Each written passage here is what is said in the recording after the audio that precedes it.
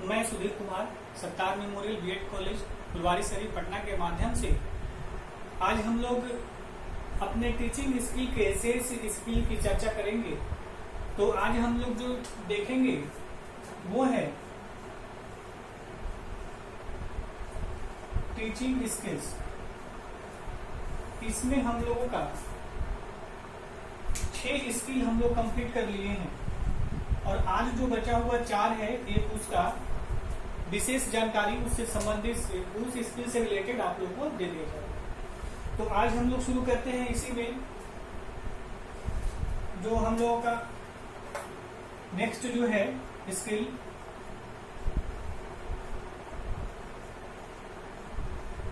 पुनर्बलन कौशल।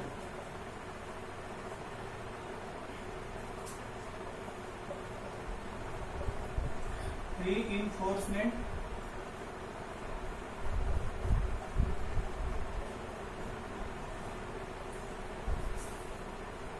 हम लोग इसकी चर्चा ऑलरेडी बेसिकली और सारे स्किल्स के अंतर्गत पढ़ाने के क्रम में बताने के क्रम में इसकी चर्चा हम लोग कर चुके हैं।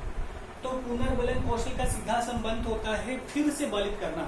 रीइंफोर्समेंट पुनर्बलन मतलब छात्रों को फिर से बल प्रदान करना। तो यह जो बल हम लोग प्रदान करते हैं वो 2 प्रकार से करते हैं। एक जो करते हैं वो सकारात्मक और एक जो कराते हैं वो नकारात्मक। लेकिन इसमें सबसे इम्पोर्टेंट बात यह है कि इसका भी रिजल्ट जो होगा वो भी प्लस होगा, मतलब बेटर आउटसाइड, और इसका भी जो रिजल्ट आएगा वो प्लस आएगा। अब भले ही इसका मतलब जो है एक को हम लोग बोलते हैं सकारात्मक और एक को बोलते हैं नकारात्मक।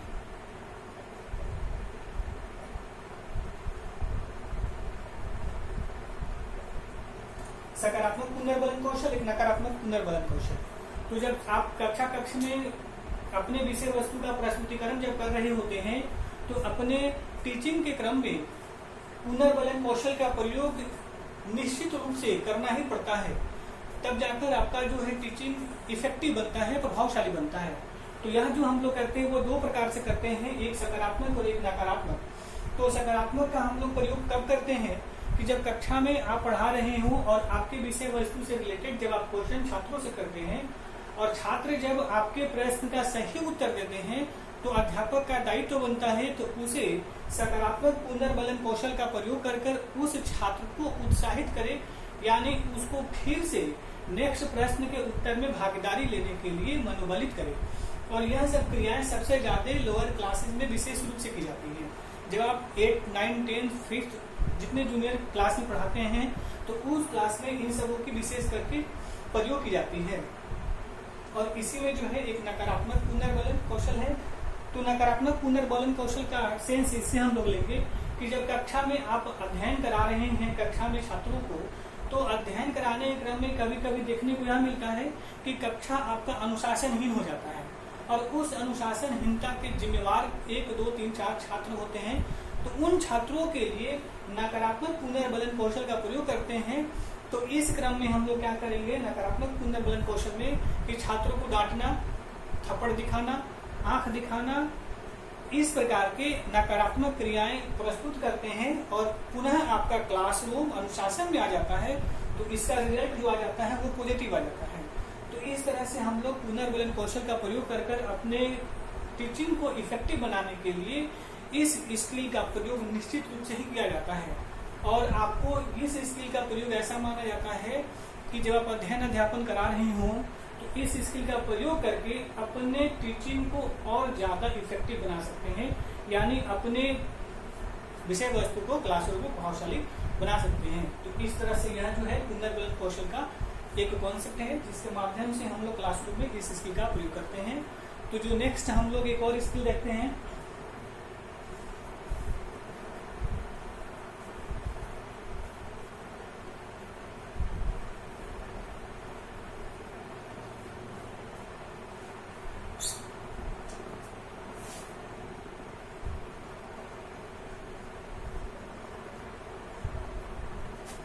संप्रेषण कौशल। कम्युनिकेशन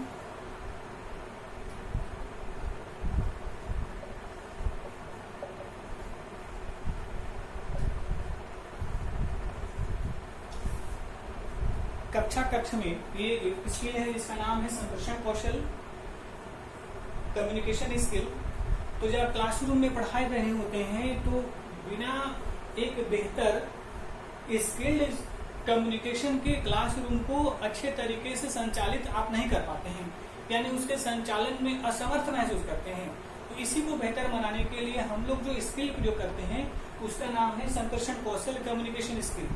इसके अंतर्गत क्या होता है कि जब अध्यापक अपने विषय वस्तु का प्रस्तुतिकरण कर रहे होते हैं तो वह प्रस्तुतिकरण जो है इस संप्रेषण कौशल के माध्यम से सरल होना चाहिए, स्पष्ट होना चाहिए,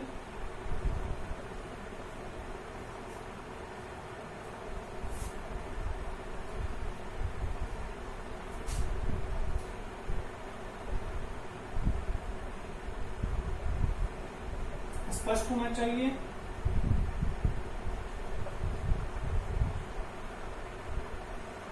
शुद्ध वाक्य होने चाहिए,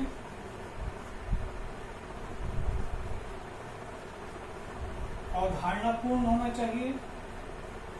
तो इस तरह से जो हम लोगों का कम्युनिकेशन स्किल है क्लासरूम में जो प्रयोग करते हैं, तो सबसे पहला जो इसका उद्देश्य है, यानी आपके कम्युनिकेशन स्किल में जो होना चाहिए सरलता होना चाहिए। यानी जब क्लासरूम में आप अपने विषय वस्तु को पढ़ा रहे हैं छात्रों को, तो उस क्रम में, व्याख्यान देते क्रम में, यानी कोई चीज बताने के क्रम में ऐसे शब्दों का प्रयोग करेंगे जो सरल होगा, यानी छात्रों को समझ में आए। दूसरी बात है, अतिशयोक्ति से रिलेटेड क्लासरूम में अपने कम्युनिकेशन स्किल को नहीं जोड़ेंगे। दूसरा, स्पष्ट होना चाहिए, जो आप बोल रहे हैं, उच्चारण जो हम बोल रहे हैं, हमारा जो वॉइस है वो क्लियर होना चाहिए। इस सब में देखा जाता है इसमें कि स्पष्टता से मतलब कि आप जो बोल रहे हैं वो स्पष्ट होना चाहिए क्लासरूम में, यानी छात्र जो है आपके हर शब्द को स्पष्टता से सुन सके और उसको सरलता से लिख सके। इसका सेंस हम लोग इससे लेंगे। तो कम्युनिकेशन स्किल में शुद्ध वाक्य का प्रयोग हम लोग करेंगे, जिससे छात्र सुनते हैं और उसी को अपने कॉपी में लिखते हैं। तो इस तरह से अध्यापक का दायित्व बनता है कम्युनिकेशन स्किल के अंतर्गत सरल शब्दों का प्रयोग करें, स्पष्ट उच्चारण स्पष्ट हो, वॉइस क्लियर हो, स्पष्ट बोले, ध्वनि का जो पिच है वो स्पष्ट होना चाहिए। कि क्लासरूम थोड़ा सा बड़ा है तो लाउडली थोड़ा बोलेंगे तो आपका कम्युनिकेशन स्किल और बेहतर हो जाएगा। जरूरत पड़ेगा तो उसके अकॉर्डिंग अपने आप को उसको हम लोग मॉडरेट कर लेंगे। शुद्ध वाक्य होने चाहिए कि आप क्लासरूम में पढ़ा रहे हैं तो कक्षा कक्ष में अशुद्ध शब्द का प्रयोग न करें, वाक्य सेंटेंस जो है वो शुद्ध प्रयोग करें और अवधारणा युक्त। इसका सेंस हम लोग इससे लेते हैं कि अवधारणा का सेंस ऐसा है कि जब आप कम्युनिकेशन स्किल का प्रयोग कर रहे हैं तो ऐसे ऐसे वाक्यों का प्रयोग करेंगे जिसका परिभाषित किया जा सके, यानी जिसका अवधारणापूर्ण हो सके, यानी उसके मतलब मीनिंग हो, इससे स्पष्ट है। तो इस तरह से इस स्किल के अंतर्गत हम लोग देखते हैं कि क्लासरूम में अध्यापक जो है छात्रों और अध्यापक के बीच एक स्किल कम्युनिकेशन का माध्यम स्थापित किया जाता है। और यह जो होना चाहिए सरल होना चाहिए, स्पष्ट होना चाहिए। बहुत सारे ऐसे और भी क्राइटेरिया हैं, आपके वॉइस से भी रिलेटेड है, छात्र जो है आपको सुन सके और छात्र को आप सुन सके, ये सारे इसमें आते हैं। तो इसके माध्यम से आप अपने अधिगम को और बेहतर बना सकते हैं और अध्ययन को, टीचिंग को इफेक्टिव बना सकते हैं। और एक बेहतर कुशल शिक्षक बनने के लिए इसकी अति आवश्यकता पड़ती है। तो क्लासरूम में अगर एक बेहतर कुशल शिक्षक बनना है तो लगभग सारे स्किल की जानकारी होनी चाहिए। ऐसा नहीं है कि एक स्किल को जान लिए तो आप सारे एक प्रभावशाली शिक्षक बन पाएंगे, तो ये संभावना नहीं है। आपको मैक्सिमम स्किल की जानकारी होना चाहिए और कब किसकी आवश्यकता करनी है यूज क्लासरूम में उसके अकॉर्डिंग, यानी आवश्यकता के अनुसार उपयोग करना। ये आपके मस्तिष्क यानी आपके दिमाग के ऊपर निर्भर है कि आपको यह थिंकिंग पावर होना चाहिए कि कब क्लासरूम में किसका प्रयोग किया जाए। तो नेक्स्ट जो हम लोग देखेंगे इसके बाद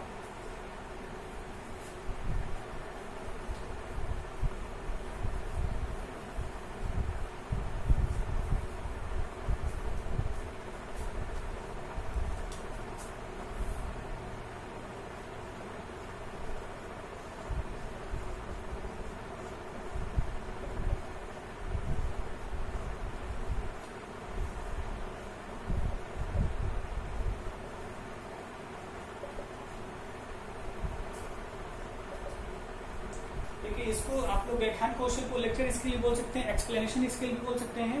तो इस तरह से हम लोग एक सबसे विशिष्ट यहाँ उद्देश्य होता है अध्यापक का कि अपने विषय वस्तु यानी अपने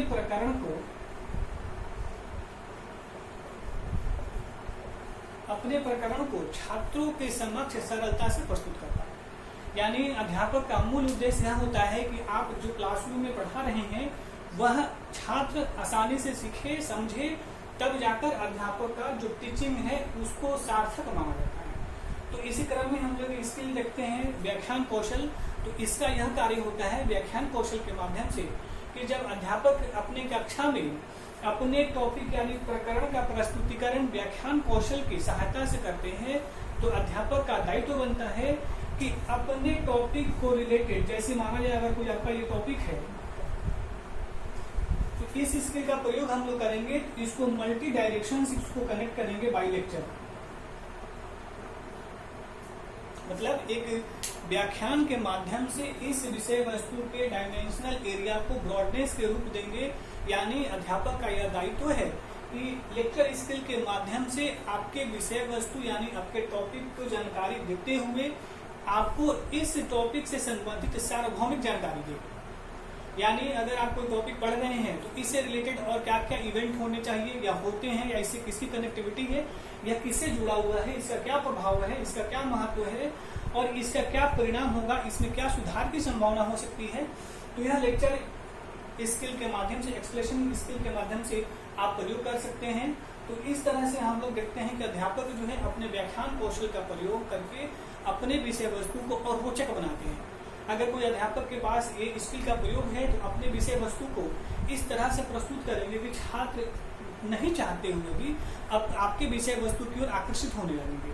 तो यह सबसे विशेष स्किल है और यह अध्यापक का दायित्व बनता है कि इसका प्रयोग जो है अपने आवश्यकता के अनुसार कक्षा कक्ष को रुचिकर बनाने के लिए और आपके टॉपिक को और व्यापक रूप प्रदान करने के लिए इस कौशल का प्रयोग किया जाता है। दूसरी बात, अध्यापक में कभी कभी देखा जाता है कि थोड़ा सा ज्ञानता का अभाव कहीं कहीं मिलता है। यानी अगर अध्यापक की जानकारी लिमिटेड है तो वह लेक्चर स्किल के माध्यम में इसको मल्टी डायमेंशनल रूप नहीं दे पाते हैं।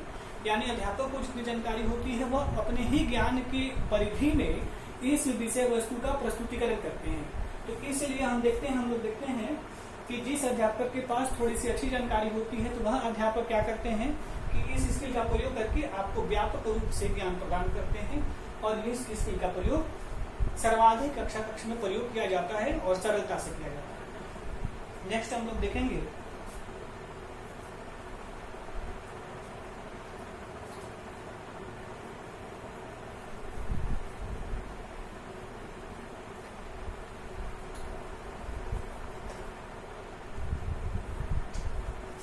जो हम लोग का लास्ट आज स्किल है, ये लास्ट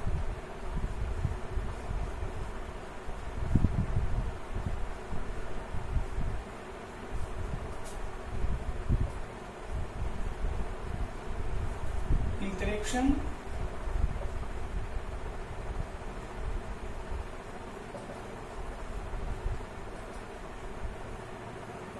अंतःक्रिया कौशल जो है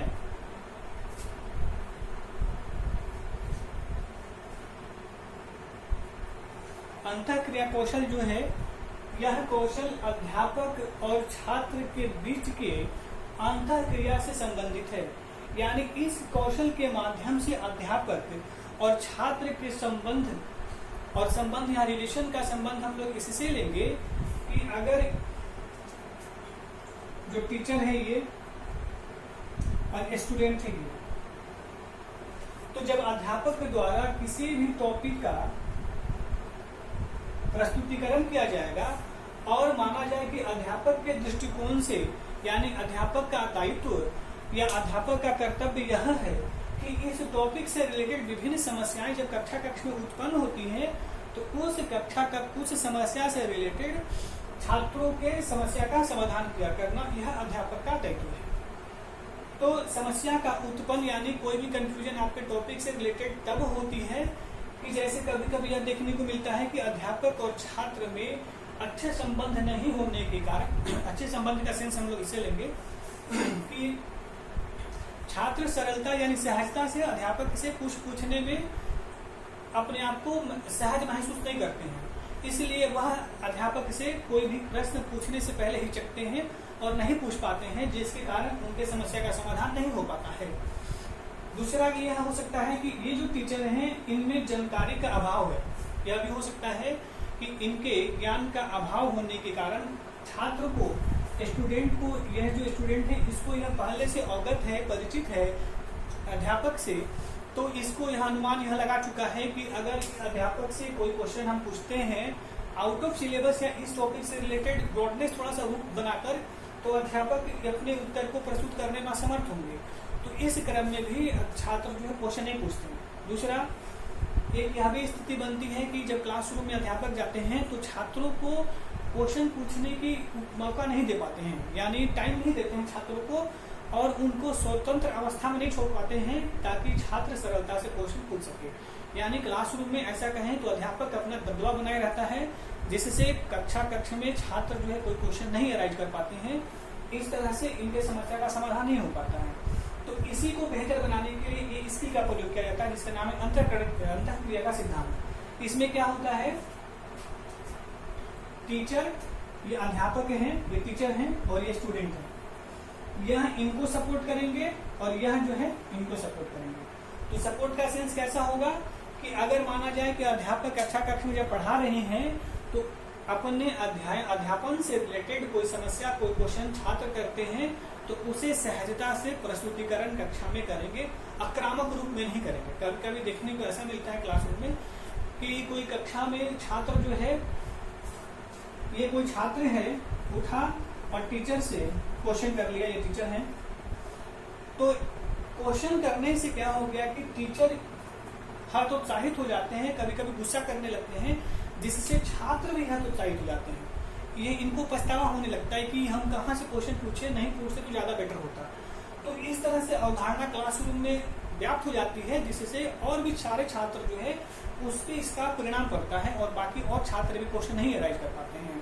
तो यह कौशल क्या करता है कि अध्यापक जो है एक कुशल संबंध का निर्माण करता है कक्षा के और छात्र यानी अपने स्वयं के बीच, जिसमें छात्र जो है सरलता से, सहजता से अपने प्रश्नों का प्रस्तुतिकरण अध्यापक के समक्ष करता है और अध्यापक एक मतलब एक एक करके उनके समस्याओं का समाधान करते हैं। दूसरा कि इसमें छात्र अध्यापक को कैसे सपोर्ट करते हैं, क्लासरूम में सपोर्टिव होते हैं।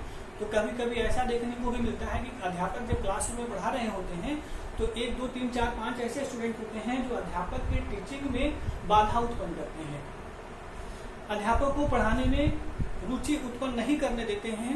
यानी उसको कभी कभी अध्यापक को देखने को मिलता है कि कक्ष में विषय वस्तु से भ्रमित अलग दूसरी बातों की चर्चा परिचर्चा होने लगती है। तो यह नहीं होकर अध्यापक को क्या किया, छात्र क्या करे कि अगर अध्यापक ये स्थिति लाते हैं तो छात्र का यह दायित्व है कि अध्यापक को पुनः अपने टॉपिक पे ले आए और लाकर अपने विषय वस्तु का प्रस्तुतिकरण करे और उनको उस पर चर्चा पर चर्चा कर अपने उद्देश्य की प्राप्ति करे।